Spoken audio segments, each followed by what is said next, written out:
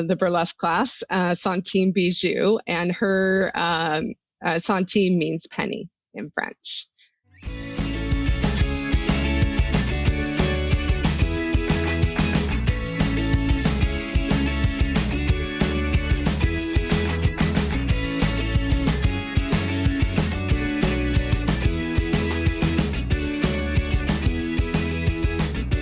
Welcome to the Exploring Washington State podcast.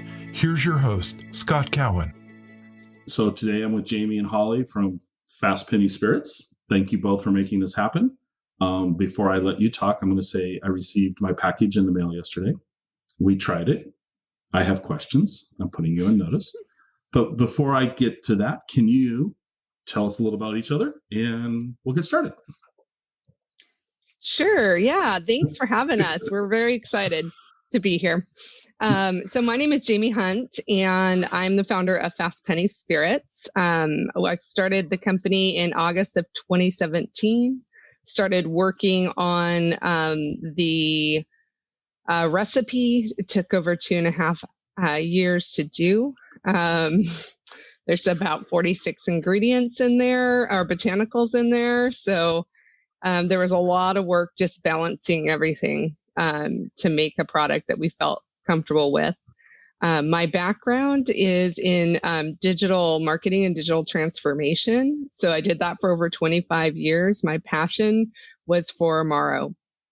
So I did this at first as a side hustle, met Holly, and we had lots of chats together, and I picked her brain quite a bit. We'll hear about why once Holly introduces herself. Then just this past year, I went all in full time on Fast Penny Spirits, and we launched our product in July of 2020. Okay. Yeah, I am Holly Robinson. I am the co-founder of Fast Penny. My background is in startups and food. This is my second distillery project, the first being Captive Spirits, where we made Big Gin. We sold that company to Hood River Distillers in 2016. And I continued to work for them for a couple years and manage about 30 different markets around the U.S. And build our brand from there.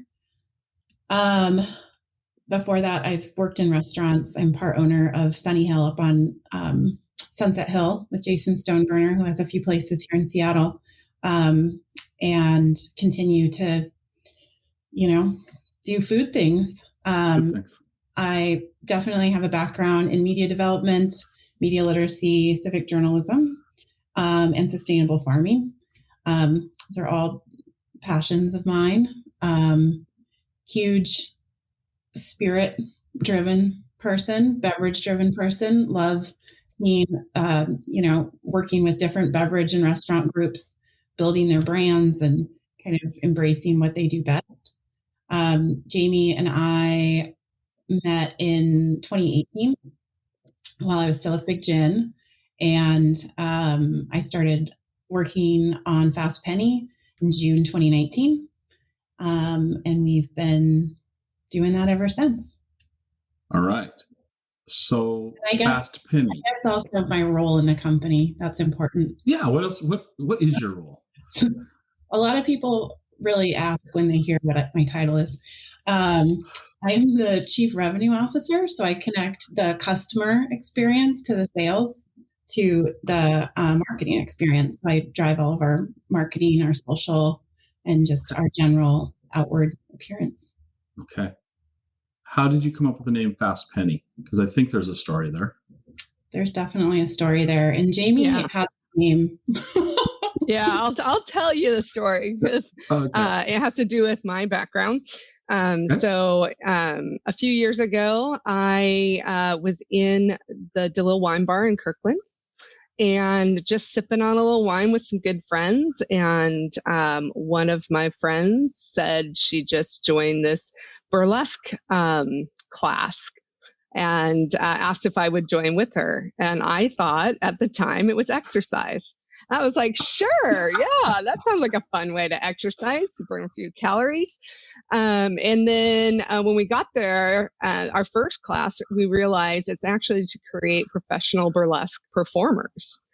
And so that was really scary and very different. And it sounded super fun.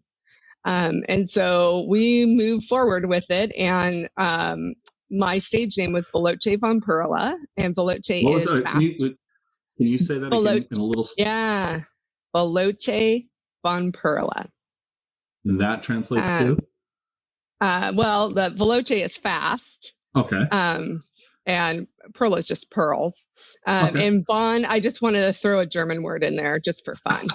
Okay.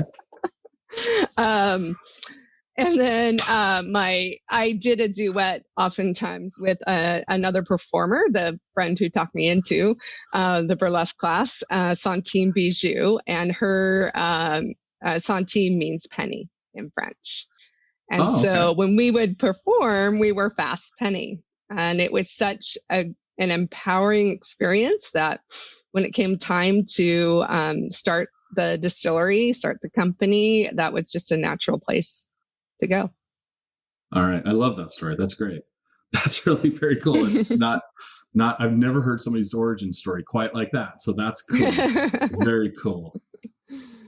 But then, okay, so reading some stuff, you grew up kind of exposed to your family making wine and bitters at home, right? And liqueurs, yes. Mostly. Okay. Yeah, absolutely. Yeah. So I'm half Italian.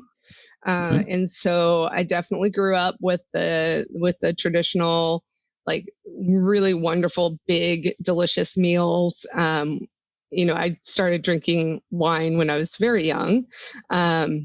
And then got into sipping on different liqueurs that my family would make. And it wasn't until probably my 20s when I was traveling around Italy that I fell in love with Amaro. So for those of us that aren't familiar with Amaro, can you give us a crash course? Well, Amaro means bitter in Italian. Okay. It's basically a bittersweet liqueur. So it has to have bitterness and sweetness to it to be an Amaro. But it doesn't have a lot of classification beyond that. It does need to have botanicals in it. Okay. But it's an herbal liqueur. But yeah, there's not a whole lot. There's like 7 to 9, depending on who you talk to, categories of Amaro, which aren't hugely descriptive. We're in the medium category. And Tartufo, we could be in the Tartufo category because we use black truffle in our Amaro. But Amaro is made, Italy's best known for it, but Amaro is made all throughout Europe. So, Jägermeister is an Amaro from Germany. Okay. Would Campari be considered? Campari is an aperitivo, and that would definitely include. People are really familiar with like Chartreuse, which is from France, and some of the bigger ones. Jaeger's funny because it's definitely a very well-known that has taken its branding in a multitude of directions. Right. So this is in the same general family then as Jaeger, which it is. It is, yeah, and Fernet, as a matter of fact. That's another. So it's a very broad spectrum. You go from Campari to Fernet. Okay. And Jaeger in the middle. And Jaeger in the middle. Or closer to Fernet. So you kind of touched on this when you very first started, is you worked on the recipe for quite some time. And there's a lot of ingredients in this. There is. How do I want to ask this question? Be direct, so we know what you're asking. Okay. So were you sitting there in your kitchen counter, creating this stuff? Were you like the mad scientist going a little pinch of this and something of this? Sounds interesting. So I did. I started in the kitchen. What I did is I ended up taking over 100 botanicals and just creating individual tinctures of them. Okay. So I could taste the individual flavors. I sweetened them and proofed them down to a a place where I could really taste them individually. And the purpose for that was to be able to balance it in the blend, in the brew. If you don't like some flavors, some of the botanicals we use, you don't really know the flavors, or at least I didn't know what they would taste like individually. Some of them you definitely do because they're more common. And so I think that was important just as we were, blending and creating the recipe. We really wanted a well-balanced recipe where you're not just picking out one particular thing. And with botanicals, it's pretty easy to get one that will overpower the others. And we just wanted a beautiful, complex, nuanced Amaro. So last night, my wife and I tried both. And it's funny you say that because my wife's going, I can't quite put my finger on this. I mean, and my palate is not that sophisticated. So I'm just going to go, hey, I like this, or I don't like this. And if you ask me to explain why, I'm going to stumble all over my words. My wife has a more sophisticated palate. But it was funny because you say this, but she's like, I can't quite put my finger on this. What is this? And it was very, I was surprised. I mean, I was surprised. They're amazing. They were delicious. We have to talk about cocktails with them later on in this episode. I have questions. I want to add in there, I think that's one of the reasons that the category is so unique and interesting and embraced by the bar and restaurant industry and kind of the back end industry, is because people are really looking for something that makes them kind of question and intrigues them a little bit deeper.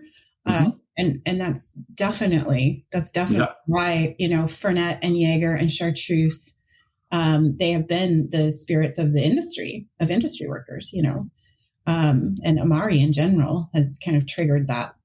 Interesting. Okay. So from a scaling standpoint, though, you're creating small batches in your kitchen. You're not creating those small batches now.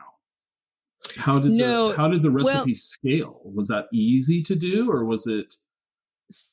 So I went from the kitchen, and then I found a distillery that I could take a little tiny corner of, and I set up the lab there as I got further afield in the recipe making. And so I had a little lab set up, and I just started building the ingredients and building the recipe from there. Then Holly and I met before I was completely finished, and we added a few more botanicals to the mix. I connected you with the space, so she was strategically located. Okay. Yeah, I was actually in the space already. And then we ended up buying out, there was a distillery there. We ended up buying out that distillery so we could keep the space.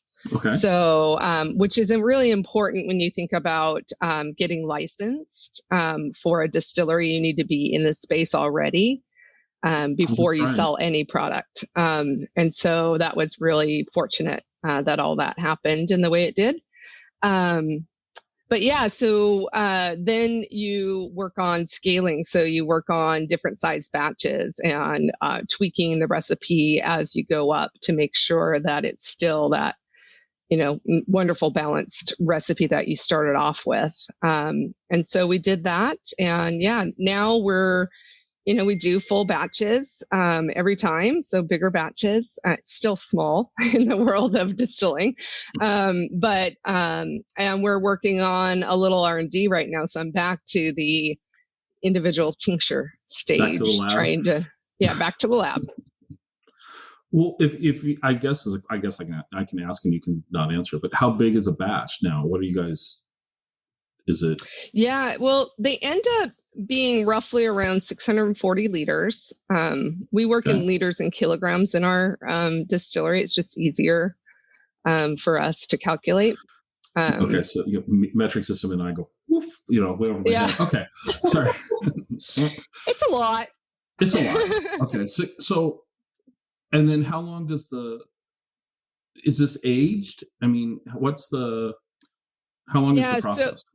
So the process, what we do is we macerate the botanicals, we put them in brew bags, and we pop them into our neutral grape spirit, which we get from California, Northern California. They're a company that fixes wines from the West Coast wineries. So if if it has too high alcohol content, they can pull out that alcohol content and get it down. If it has smoke taint or some other issue, they can remove that for the winery. It's really cool process. We went there a few weeks ago to visit the facility, and they do it with this cone technology, and they do it without any use of chemicals, which is very cool. Wow. And so it's this bulk wine that would normally just get tossed out because you can't sell it, like the winemakers don't want to sell it to the public. And instead what they do is they take it and they distill it into this beautiful grape neutral spirit that we use in our product. What is a neutral grape spirit? I mean, just ours you comes didn't know in I was going to have no idea about that. Okay, so warning. Ours comes in at 85% ethanol. So 85% of it is ethanol. So the other 15% is whatever's left in your wine. So the grape.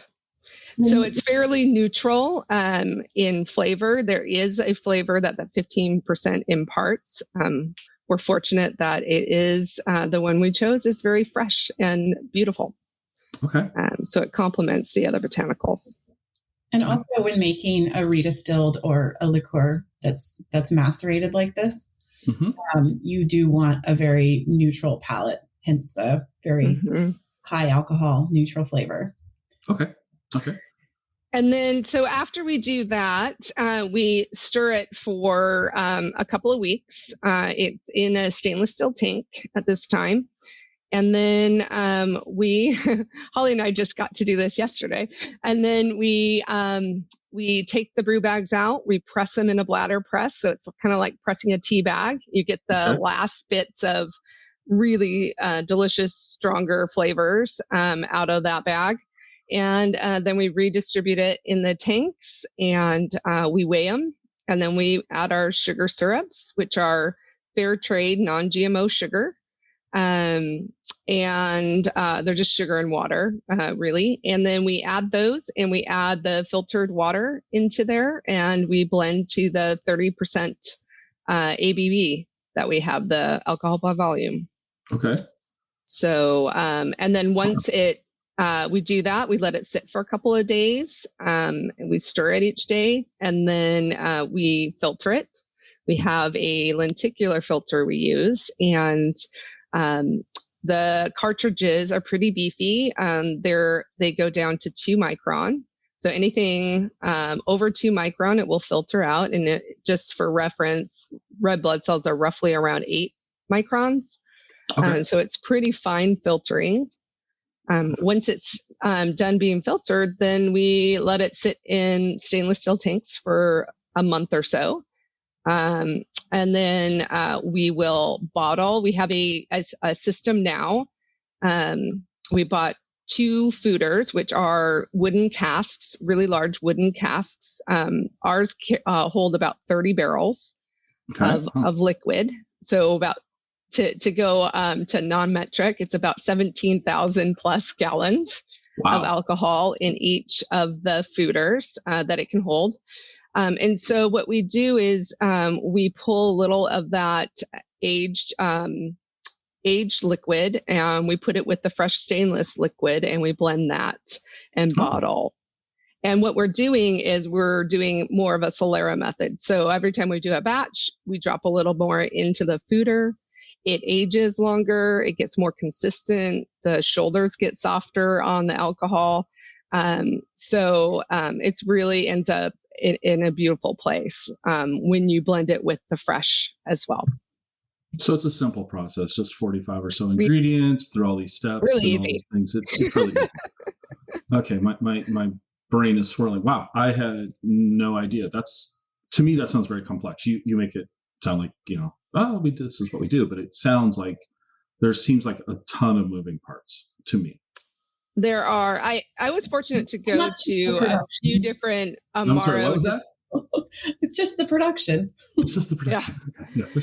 I was fortunate to go to a few different Amaro distilleries in Italy and kind of see how they did things, which gave me a better sense of the scale and process. But most of it was just trial and error, just trying to go one step further to figure out, like, what do we do?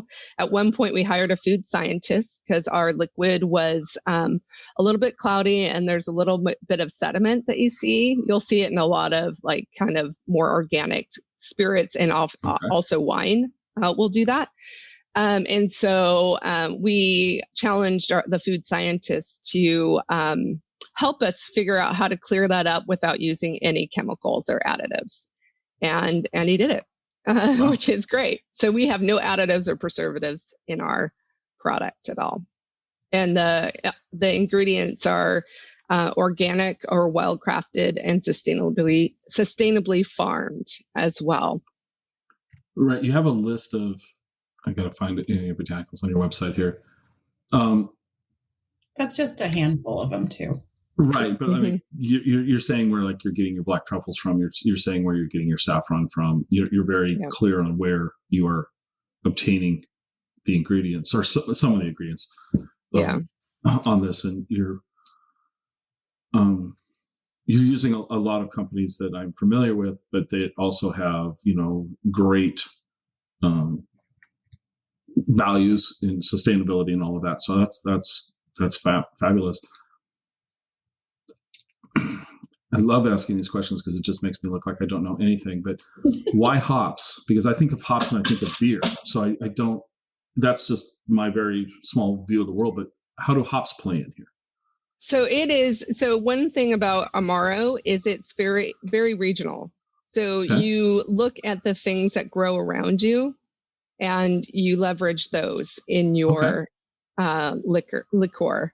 And so what grows a lot around in Washington State, but hops. Right. And so we thought that would be a really fun ingredient to add to the mix. And it definitely is. It adds a little citrusy bitter note, and it's quite lovely with the other ingredients. Yeah, it's insanely rich bouquet. And I think you're familiar with the IPA heads that exist in our area.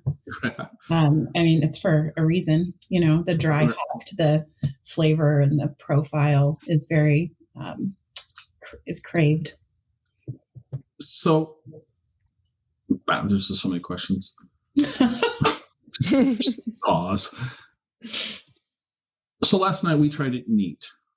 Bounce around a little bit. We tried it neat, and it was intriguing, very intriguing. Both. Yeah. But then this morning, as I was kind of getting ready, I stumbled on your Instagram, and there was a couple. And I'm a huge coffee guy. I love coffee, and I saw a couple of recipes with coffee. Can one of you walk me through how we got to that, and are they as delicious in real life as they sound on your Instagram page? I mean, they just sound awesome. For sure. One of our most popular cocktails was the Vietnamese coffee that we served. We had a pop-up of an incredible baker that was visiting during COVID. She was visiting her family here. And so we hosted kind of her first pop-up and her last. But after the first one, she mentioned that people needed coffee. And we had done coffee cocktails before with Amaro. It's traditional. It's very common to have a little Amari in your espresso. And especially the darker, the Amaricano versus the Amaricano Bianco, which is a little bit more of like aperitivo style. Okay.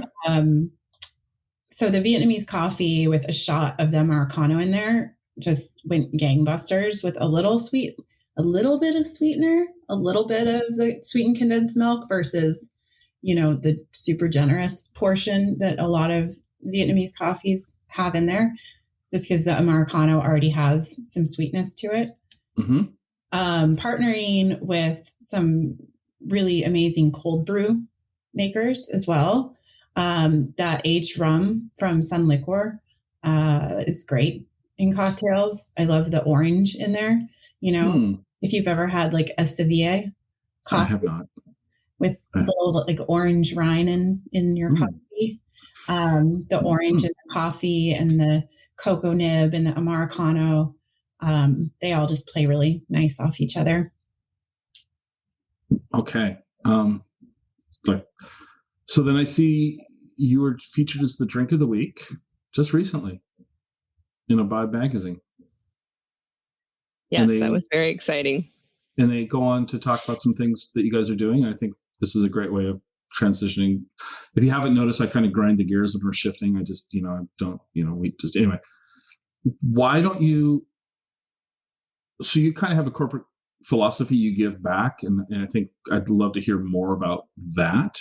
And then somehow we'll circle back to the beverage, but you do a 3% give back program.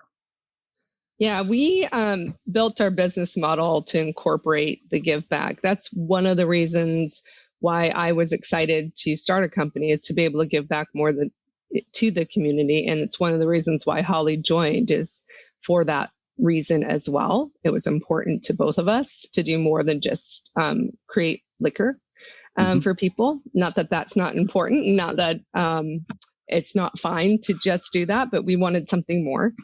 And so, that's been built in from the very beginning. So in July, when we launched, we chose a nonprofit partner. And we do women nonprofits that empower women community in our industry. So we've done everything from, our first partner was Black Girl Ventures. We did Emerge Washington, who helps to elect women into political office. We did Jubilee Women's Center, which helps get women off their feet, onto their feet, not off their feet, but onto their feet and moving forward in life. And then in December, we did a special additional give back to the Independent Restaurant Coalition. It was shortly after they got closed down again, and we just wanted to see what we could do for the industry that supports us as well. And so we did an extra 10% give back that month, which we knew it would be our best month. So we knew there'd be something more to give. And then we did Spice Bridge from Food Innovation Network, who helps women, a lot of refugee women, but just women in the South kind of Tukwila area, learn how to grow and drive a thriving restaurant business. And we do, our partner right now is Washington Women's Foundation, and they really help support nonprofits that really challenge and try to fix the disparities in gender and racial issues. So how long, so these partner, these give back programs, how long, is it a month that you do each month, or is it a quarter, or? We started at about a month each, and then realized, just because we're a growing company, it was important for us to stay on a little bit longer. So we moved to quarterly. Really? And that seems to be a good fit for now. That's great. Eventually we'll transition to more of a national reach. Okay. We're talking to a couple of groups right now that could be good partners for the remainder of the year as we continue to grow as a company and move into different markets. That's wonderful. And then one of the other things I wanted to talk about was your tasting room. And at the time that we're recording this, it looks like we're allowed to gather in public again, and we're navigating our way. Anyway, your tasting room's open. So I say that with a back in November we started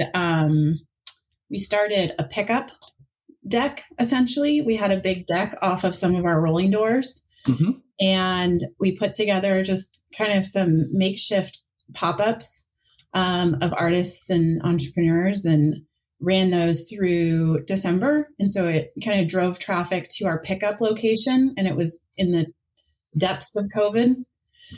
at that point in the winter, and we needed to drive our sales. It's challenging to launch an Amaro company in the middle of a pandemic with no one able to taste your product. I'm laughing because there's a book on how to do this. Isn't there somewhere? Isn't there just a manual you could have picked up to figure it? A dummy's head. Yeah. Yeah. You find that? Distilleries for dummies. So we kind of created this deck, and the deck turned, we ended up covering it because it was winter, and reaching out to a lot of friends in the community. There's a ton of, before we started recording, we were talking about a lot of the industry folks kind of started their own thing. Right. So we've been supporting a lot of that by giving them a space to come and run their own pop-up, whatever that might be. So we have pop-ups. We're open Fridays from around 4 to 8 and Saturdays from around 11 to 2. And then we're looking at adding Thursday and Sunday and kind of expanding those hours just as things continue to open back up and we're able to do that. So what is it? If somebody shows up to your tasting room, what can they expect? I mean, what are you, walk us through.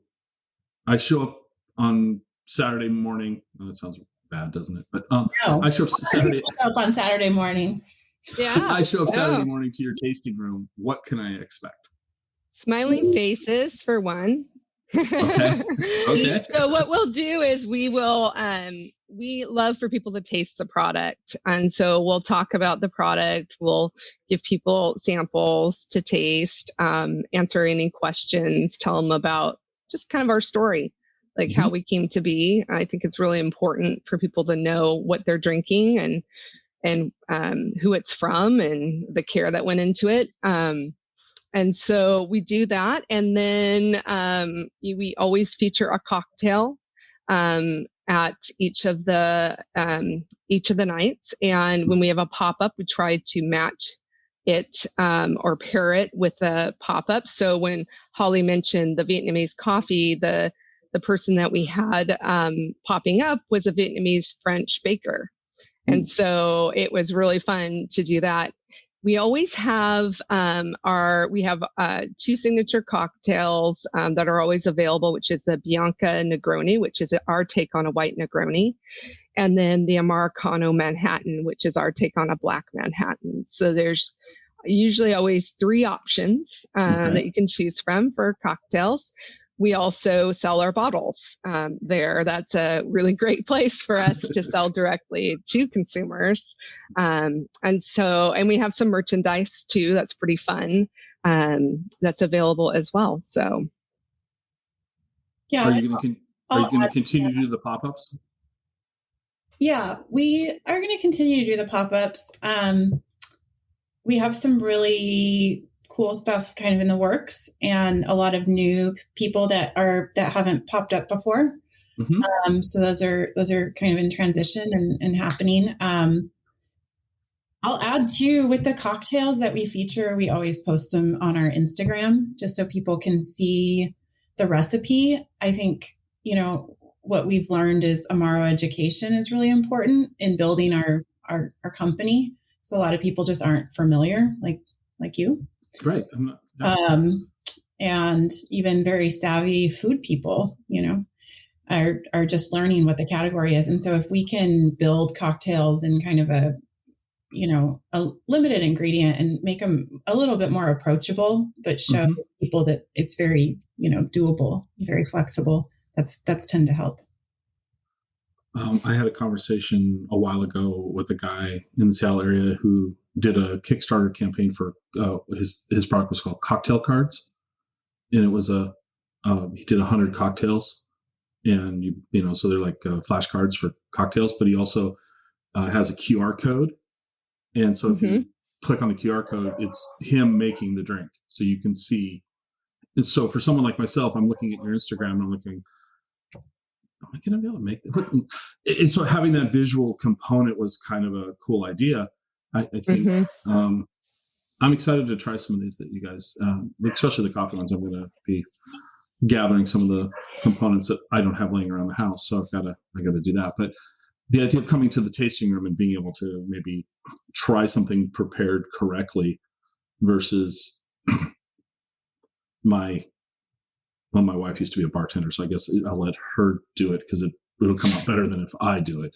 I have troubles opening a bottle sometimes, so it's got to be simple for Scott. But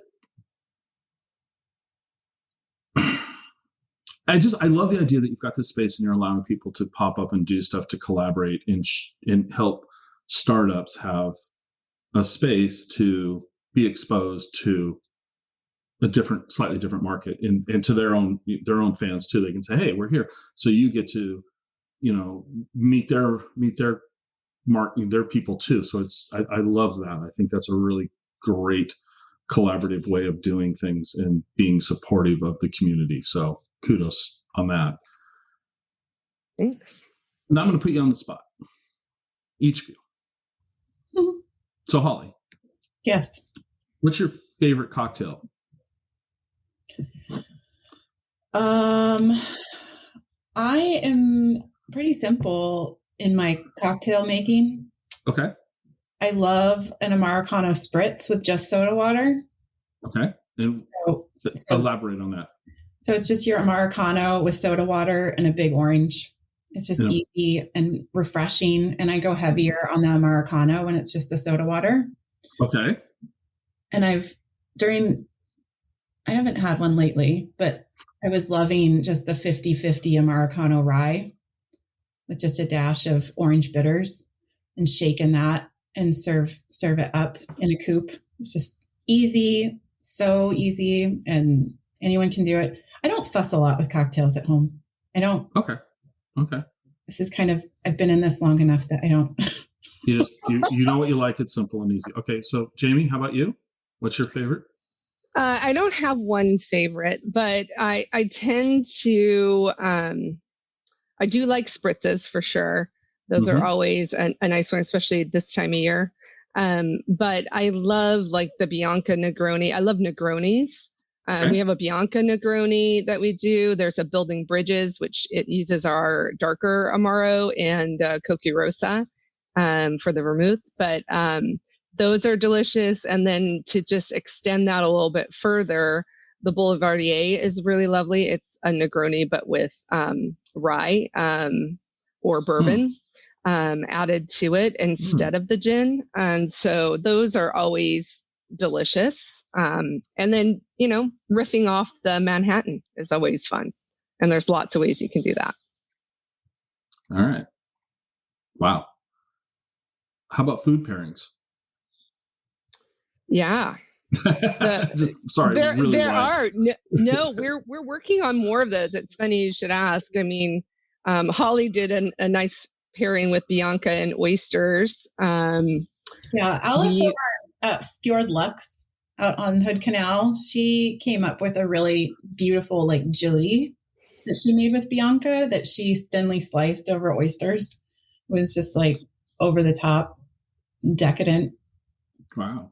Okay. Yeah. And there's there's been bakers who have added the Amaro and the Bianca to their cookies, to their cakes, to their donuts. So we've had a lot of that. We're working right now with a local company. We're going to be doing cheese pairings with our product. So we're working on that. So as we continue to grow, we'll look at more and more food pairings as part of our education and programs so people can learn how to use and enjoy Amaro in a wider variety of ways. I know that San Fermo on Ballard Ave. I need to go in there. I haven't sat down in there for a while, but I know they're using it in some food pairings as well. Can you elaborate? Can I put you on the spot with this cheese pairing? I mean, is this going to be something in the tasting room? It could be. Could be. We're in early exploration stage right now with this local company. And so we're just kind of testing it out and figuring out what makes the most sense. At minimum, we'll probably do some sort of video, some sort of recording so people can see how to pair, what pairs well together. But we're not that far down the line, but we do want to, one of our intentions is to do more video content. So you were saying like how to make the cocktail. We'll probably have more of those videos, how to do it. We just, it's just a matter of time, right, and energy and a little bit of money too to do all that. I don't know. This may not be a question you're able to or willing to answer, but is there going to be potentially another Amaricano variant coming out from you as well? I mean, will you be potentially expanding the product line? We will be expanding. We're going to be really thoughtful in the way that we expand. We're not looking to have a dozen SKUs in the next couple of years. We're looking to keep it really focused. So we are experimenting with a couple of things, and depending on how quickly all of it comes together, we'll release a new variant of our Amaricano. Very cool. I feel like I've got nagging questions. Can we do a really specific description of the Amaricana versus the Amaricano Blanca? I mean, this is not a visual thing, but one is very dark and brown looking, one is very citrusy and yellow looking. Yeah, so the Amaricano Bianca is a more, I think Holly had said this earlier, it's more of an aperitivo style. Mm-hmm. You'll taste like candied lemon, the saffron that we use in there comes through nicely. Some of the green bitter herbs come through. Mm-hmm. And then the Amaricano is a little more of a rosa style. So it's a little bit of a brownish red color. And it really pulls a lot of the black truffle that's in there, the cocoa nibs, the kind of the spicier ingredients that we have in there, the earthiness, and gets a little more bitter than the Amaricano Bianca. Both are very approachable though. So when I say bitter, it's a really well balanced but bitter. Yeah, I did not think of it as bitter in that sense. I thought it was intriguing and complex. I really like the for lack of a better word, the viscosity of it. It's got some. It has a really nice mouthfeel. Okay. Yeah. The finish lingers. I think the Amaricano finish is a little stronger because it does have that toasted sugar in there. Mm-hmm. You get a lot more of that black truffle in the Amaricano. You get a lot more of the cocoa nib, like a lot more of the Cascara is something that we use, which is a bright hibiscus flavor. And I feel like that comes through a lot more in the Amaricano, where the Bianca, you're going to get more of like that saffron. And like Jamie said, the lemon, and I almost get like a salinic, preserved lemon. It definitely has a sweetness to it, but it has a really nice umami. Yeah, we used a lot of savory ingredients in our Amaro. So while it's sweet, you can taste some umami. It definitely has umami in it. I want to add, we get a lot of questions about the sweetness, or, how sweet is it? Mm-hmm. And so Jamie did some work and figured out the bricks. And the Bianca is very low bricks. And then the Amaricano is double that, which still isn't anywhere close to a lot of the traditional Campari Aperol style Amaris on the market. And the fact that it's not high fructose corn syrup and all these other things are also pretty unique. And you need to have that sugar in there to really stand up in cocktails. And so a lot of people don't realize that, and they automatically want this low sugar drink. And we actually had one that was lower in sugar for the Amaricano, and we were happy sipping it. And then we tried it in cocktails, and it just fell away. It made the cocktails muddy, and you couldn't taste all the beautiful flavors in the Amaro. And so we just amped up the sugar just a little bit more, And now it's beautiful sipped on its own, as well as stands up in cocktails. I always, well, not always, most episodes I ask this question, and you kind of just maybe answered it, but I'll ask it again. Have you ever, when you're putting all this together and you've tried multiple variations and all of that, but did you ever, maybe, I'll say with regards to a cocktail, think this would be great together, and this sounds like a great combination flavor profile, like this would be exciting, and it just failed? Have there been any of those? And because I always find it fascinating when we talk about that, because I think we learn from that failure, like, oh, you got some takeaway, a positive here. But would you be willing to share like a cocktail concept that just didn't make it? Well, even going back from like the original recipe concept, like Jamie and I had, when I came on full time at the beginning of 2019, Jamie had a general recipe that she wanted to use. And then we had a lot of supporting flavor profiles to help our products really stand out. And there were some things that we really felt were going to be amazing that were not at all, at all. And kind of taking that concept into the cocktails. A lot of it has to do with the actual brand. So some gins are delicious with Bianca. Like, give me an example of a gin that you think is, what's a gin that you think is delicious, and what's a gin that doesn't go well? It is not, you're not saying it's a bad gin. You're just saying it doesn't go well. We have a lot of friends in the industry, so it's hard to do that. Okay. Okay. The gins that go well with it, some of the lighter, more floral gins go really nice. Okay. Yeah. If you're wanting that style of cocktail, right? Okay. If you want more of a Negroni feature cocktail, we use Big Gin because you can still get that gin flavor. Okay. Whereas the more delicate botanical forward gins just really mesh well with the Bianca and highlight the Bianca. Okay. Yeah. One of the things when we're talking about ingredients that didn't go well, there was a few that I thought, I love the flavor of this. That was like star anise. And the problem with that is it just took over the whole show. Like, and so all these other botanicals that we had in there weren't showing up when we put that in there.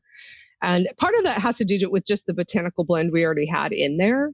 Because you can certainly balance that somehow, but we had too many other licorice flavors in there. So it just really made it stand out. And we weren't trying to create a licorice Amaro, although that would be delicious. And then Holly and I fell in love with this ingredient called Malab. I might be saying that wrong, but it's like a cherry pit. And that doesn't sound immediately appetizing, but when you put it in alcohol, it pulls out this like amaretto-ish, really floral scented, beautifully scented notes. And we were super excited about that one. We're like, oh, this is going to be awesome. It's going to give it another bit on the nose, a little more complexity. And we put it in there and it tasted like bubble bath. Like it was so soapy and so bad that we were like, oh no, this is definitely, we can't even try to balance this. This is not how did you go from an amaretto flavoring to bubble bath? I mean, that's what on earth happened? That is for science to tell us. That, the way that ingredients play with each other. So the way that we we literally build the recipe. We add different ingredients and we finally, we built it to about 46 ingredients and it's like playing with individuals and seeing how they play with others, how they meld together or don't meld together. Right. What it pulls from the rest of the botanicals, because you can add one and it'll pull some other stuff from the liquid that you weren't expecting sometimes. That's really kind of interesting. That was something that we saw a lot in the gin world too, was, a lot of the grain to glass distilleries that are infusing their neutral spirit that still has a lot of like funky grain flavor. They're infusing it with botanicals, and those botanicals would react with that grain flavor and develop that soapy, like sudsy flavor. And you'll get that from a lot of like people that are early in their recipe development, but they need to release something because they need some revenue streams created. Right. And you'll see that in a lot of early, smaller craft distilleries. So let's talk COVID, new business model adapt. You had to adapt or to survive and all that. I'm sure it went perfectly smoothly. There was no problems. Everything was just, it's no, not at all. But you guys have kind of the distribution you lost kind of your, bars were not open, so they weren't buying liquor. You moved to kind of consumer-based model, right? Yeah. So our original plan, we were going to get distribution. We were going to sell into the restaurants and bars, and then sell into retail that way. And when the pandemic hit, Holly and I looked at each other. We're like, well, that's out the door. Because in that situation, it's already, it's already a challenge to bring on a new brand as a distributor. If you're bringing on a new brand and you have no real outlet like the restaurants and bars to really taste people and get people connected to that brand, then it's really difficult. So the distributors were not interested, for the most part, in bringing on new brands. And so we had to we had a couple here in Washington that were, but it just wasn't the right fit for us at the time. And so we decided to self-distribute in Washington State. And then we had a distributor that was interested in us really early on in another state, which we just now got the first order from almost a year later. Okay. And that was due to the pandemic, right? They weren't ready to bring on a new brand while so many restaurants and bars were closed. And their own staffing, a lot of the distributors struggled with staffing like everyone else when they had to lay everyone off at the beginning of the pandemic, including delivery drivers and, admin that are placing those POs. And, it's even more complicated than that, where now they're finally re-upping and able to push some of these initiatives through, including bringing on new brands. And I think one thing that we hear a lot is, well, in the pandemic, everyone's drinking alcohol. They're drinking lots of alcohol. You must be doing well. And the thing is that what happened is most people were drinking the alcohol they knew, the bigger brands. So the bigger brands did really well. The smaller brands who didn't have that outlet to for people just to try it before they buy it, really were hurting.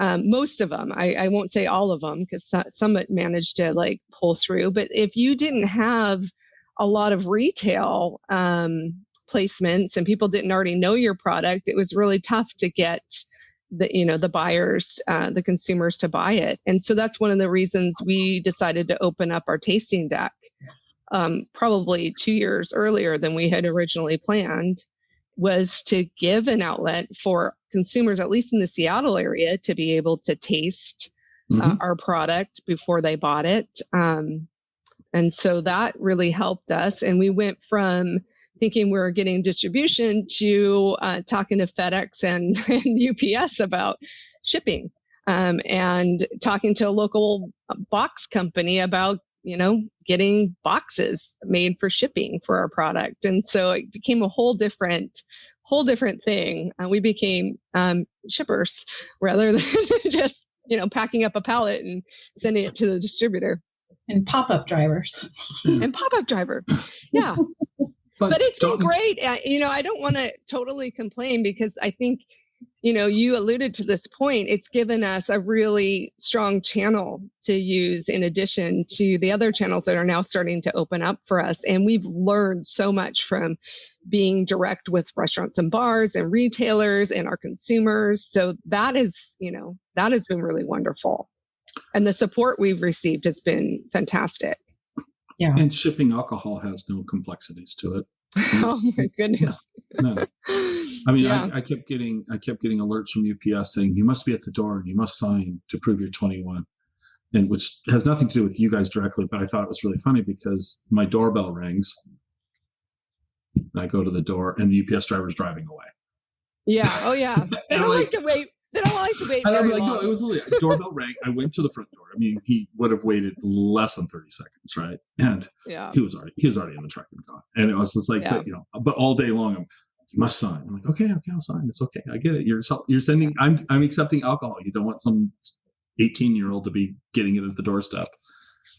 Probably because they deliver to us regularly, and I'm a big guy with a gray beard. He goes, yeah, he's old enough. But can you ship out of Washington? If somebody lived in Oregon, can you deliver if they order from your website? Can you ship to them? We can ship to certain states that allow us to ship. Oregon is not one of them. Oregon's a state-controlled state. Yeah. We are available through special order in Oregon. So, and we're in most of the Portland liquor stores right now, which is lovely. And as they start to open up restaurants and bars more, starting to get in there as well. It's just so complicated. How's the consumer going to know that they live in a state you can't ship to, or whatever state that might be? So, all right. So when you're not perfecting this and when you're not navigating business, what do you guys like to do for entertainment and fun? And they have blank looks on their faces. That's a great question because this past year it's been like, get these things, keep them open and make them work and homeschool your children and don't see anyone. So that's been really interesting. I love fishing. I like being on the boat. I started fly fishing during the pandemic, which is something I had not done much of before. I get out to the mountains a lot and forage and camp. Okay. And I get to go do some of that this summer, which is very exciting. So where have you been able to go fly fishing? We went out on the peninsula, a few different places. My parents live on the Grand Ronde River down in the Wallowa Mountains. Okay. And so that is one of the best places in the world, I'm told. Okay. But I've been going there for 3 years. And I love to travel, so I'm excited to start doing that again. That's one of the things that I always did. So I was a digital consultant for most of my life, and there's lots of travel for work, which can be exhausting, but it's also kind of cool. I always sought out cool restaurants and bars and different attractions, so that was always fun.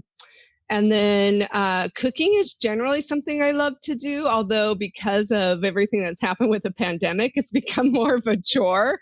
So I'm excited for restaurants and bars to open so I can regain the joy of cooking again. And I love to hike. I don't get to do that much, but I'm looking forward to doing some hikes this summer and also trying to catch the end of the black truffle season with my dog, who we're training to be a truffle dog. So hoping to get out and be able to do a little foraging with him. Okay, so before all the truffles are gone. Okay, so I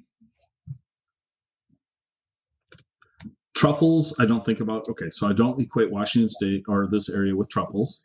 When I think of truffles, I have this old notion of a truffle pig, and now you're telling me you have a dog. So please elaborate a little bit more. How do you train your dog to find truffles? Well, for me, I hired Alana from Truffle Dog Co. She's also the person that, or that company, her company supplies Fast Penny with all of our truffles. But you start with like some scents. So you get either the real truffle or something that, an oil that really smells like the real truffle. And we started indoors. And you get them used to smelling it, you reward them. It's a whole process. And then you start to hide them. Like we put them in little tins that have holes in it. And then we hid them around the house and had them find it and show us. And then you go outdoors into your yard because there's a lot of distractions that happen. So we started in our yard first. We did some of that. And then we went to a local park. Again, a challenge for the dog. We have a Lagotto Romagnolo, which is the Italian truffle hunting dog. And so they have and most dogs do, have such great olfactory senses that they get distracted easily. And so it's really trying to refocus them, rewarding them every time they smell the truffle, find the truffle, point out the truffle. And then after that, after enough of that kind of different environments outside, then you get to go into the real forest and hunt. So where are there places in Washington to find truffles? Yes. Yeah. We Without have a lot giving of away your secret truffle place, because I know you're not going to disclose that, but where? You can go a lot of times like an hour north of here or so. She's in a secret location. You won't tell us. You can find forests. You can find forests. It's mostly Western Washington. It might be all Western Washington. I'm not an expert on this. But Western Washington, Oregon is also great for truffle hunting. They tend to have more of the white truffles. We tend to have more of the black truffles. They're all called Oregon truffles, the ones that we have that are culinary that we can eat. And if you ask Alana, she jokes that they just got to naming it before us. So it's not called the Washington truffle because we didn't name it first. But yeah, they're around here and they're pretty plentiful. Really? Yeah. I had no idea.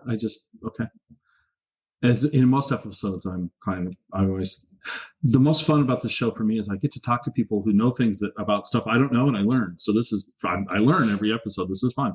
I had no idea. Cool. So if you have a forest that has Douglas fir between 15 and 60 years of age, you have a better shot at finding black truffle there. So a little hint. Okay. So we'll wrap this up. I'd like you guys to tell our audience where they can find out more about you and any other things. What question didn't I ask? Is there something I didn't ask that we wanted to talk about? Do you want to talk more about sustainability? We touched on that briefly. Let's do. Please, you're right. Yeah, no, I think sustainability is really important to both Holly and I. And we think about it in sourcing our botanicals, looking for sustainable farms, sourcing our neutral. We use an upcycled grape that we discussed earlier. That's very sustainable. We also use recycled glass for our bottles. We use reclaimed cork for our bar tops that are in our bottles. We think about the sustainability in a lot of little decisions. There's things that are really difficult for us to do that we would like to do in the future because we're small. And the economies of scale just aren't there. But yeah, we're always looking to improve our footprint, and we are working on getting B Corp certification currently. So in the midst of that as well, to show our commitment to the social, community, and sustainability of our world. That's wonderful. One of the cool things about B Corp is you grow as a company and you continually improve your footprint. For those who don't know that, so it kind of holds you accountable as a business as you grow and as you create new, products and footprint. No, that's awesome. Okay, that's congratulations and kudos to both of you for doing that. Anything else? I feel like I'm missing something. And this whole episode, I felt like I'm missing something. So I apologize. But anything else? We just like to encourage people to ask about our Amaro, places you go. If you have favorite bars or restaurants or places to buy spirit, ask them to support more women-owned, women-run, BIPOC, spirits brands. They're really rare. Same within the wine world and the beer world and the beverage world in general. And it's growing, but requests from customers are the best way to get those placements. Okay. And where can people find you online? And your location in Seattle too. We're at fastpenny.com. Fastpenny Spirits. Yeah. .com is our website, and then at Fast Penny Spirits on Instagram, and that actually links out to kind of what we're up to and where we're located in Seattle and all that. And we are on the Queen Anne side of the Ballard Bridge, down in the shipyard there. There's coastal transportation ships, and we're nestled next to Big Gin, and Rooftop Brewing is very nearby. So we're in a nice strategic area. You just have to go through the gates into the shipyard to find us. I think that stumps a few people. They're like, "Can I drive in there?" Yes, you can. Yes, you can. That's where we are. Out of town visitors, we have loads of free parking. We do. We're also connected up to bike trails, so biking is awesome. Okay. Well, thank you both for taking the time this morning to record this, and I am looking forward to trying some cocktails in my near future. Wonderful. Thanks for having us again. Thanks for having us. It's been great. This was fun.